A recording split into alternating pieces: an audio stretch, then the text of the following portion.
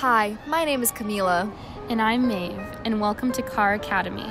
In this episode, we will be delving into African art. Our first piece is in the southern hemisphere of the African Congo, where the Chokwe tribe is located. We're looking at the female Pwo mask made around the 19th to 20th century. This mask belongs to a people who functioned under a matriarchy, as opposed to a patriarchy. It was created out of wood, fiber, pigment, and metal. If you look at the face, you'll notice the nearly closed eyes surrounded by white clay to symbolize wisdom and serenity, because Chokwe women were respected for their ability to have children. The mouth is also closed to carry on this idea of peace. The woman portrays the wisdom that comes from motherhood and age, which was why it was used to honor the founding female ancestor, Pwo. These masks have symmetrical faces with a naturalistic form, although it also has geometric abstraction. We can see small ears with stylish earrings, jewelry that reflects what was popular at the time. If you look to the headpiece, you can notice the coiffure detailing, which is commonly used in art to represent status or honor an individual or ideal. There's also a cosmogram marked on the forehead and right cheek, a flat geometric figure depicting cosmology. The Pwo mask was used by the Chokwe peoples in ritualistic or religious ceremonies. This was to pay homage to female beauty that came from these matriarchal mothers and to honor the female ancestors of the Chokwe peoples.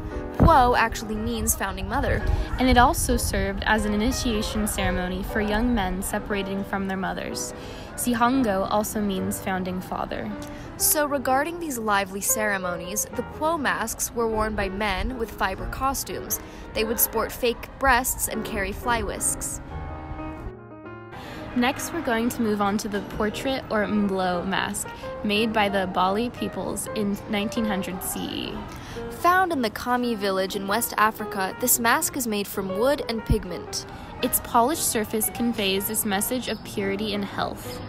And the complex tube-like coiffures are actually an elaborate hairstyle, not a crown.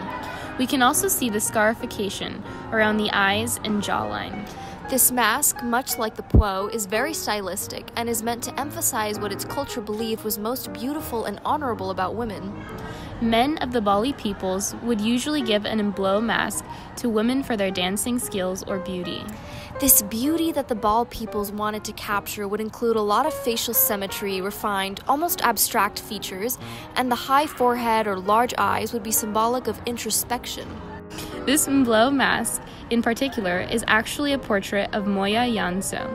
It would be used for religious dancing ceremonies and would be kept out of sight if it wasn't being used for these ceremonies. The artist who carved this mask was male, named Awi Kimau. While it was used for Moya Yanzo, it was commissioned by her husband. Now onto the power figure, or Nkisi Nkandi, of the Congo peoples in the Democratic Republic of Congo. Dating back to the late 19th century CE, this wooden figurine holds a lot of meaning to its people. The simple fact that it's anthropomorphic in the first place is meant to signify its role in human affairs. These little guys were created with geometric abstraction and had an enlarged belly button with cowrie shells placed on its abdomen, perhaps as a symbol for fertility, in remembrance of their ancestors, or even to signify wealth. Cowrie shells were actually used as a form of currency in this region. Now take a look at the wide eyes and imposing stance of this wooden figure.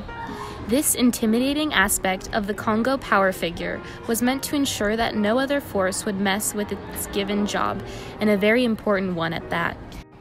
Yes, these power figures were a part of an important ritual and often included medicinal materials placed inside the belly button, aka muya, and covered by a piece of glass. Once the belly is covered in glass, nails, blades, cowrie shells, etc., called bilongo, this would call upon spirits. This glass would often be a symbol of the other world or spirit world. Connections to the supernatural played a large role in the life of the Congo peoples. And as a bit of a backstory, the Ni Congo was the god who gave the first medicine to the Nganga to put into Nkisi. Nkisi refers to spirit or spiritual medicine. The Nganga refers to the holy person who would create the power figure and place whatever material was needed for the job into its muya. Remember the bilongo that included blade, nails, and other things? When it activated the dolls, it was because the nganga driving these materials into the doll would anger it and rouse it into action. Now, each of these power figures are very unique in their look and purpose. They recorded contracts or obligations for their patrons, and if this contract was broken, it was believed that the doll would seek revenge. This is why the nganga would include all that glass, nails, and other objects on its back. It was meant to make the aspect of the doll's revenge even more terrifying. And sometimes people would commission these dolls purely to seek revenge. Animal parts would be added onto the belly, like dog teeth or bird claws. This is actually where the inspiration for voodoo dolls comes from. Now, it's important to remember that the power figures had a duality to them. They could be both good or bad, based on the intentions of its patron. And these dolls were very popular among the Congo peoples, commissioned for various personal reasons. The reason we know so much about them is thanks to oral traditions that passed their history down. Unfortunately, many of the dolls were destroyed by missionaries in the late 19th century. We're now moving on to the Igbo peoples of Nigeria. We have in front of us the Ikenga, or shrine figure, crafted out of wood during the 19th and 20th centuries. Right, the shrine figure we're looking at has these large ram horns. These were meant to establish confidence and ambition. In fact, all Ikenga figures were styled with ram horns. Yeah, and the reason they did this was to give to younger males as a symbol of strength and protection. The shrine figures were used as guardians to achieve success in all endeavors. The name Ikenga even translates to place of strength.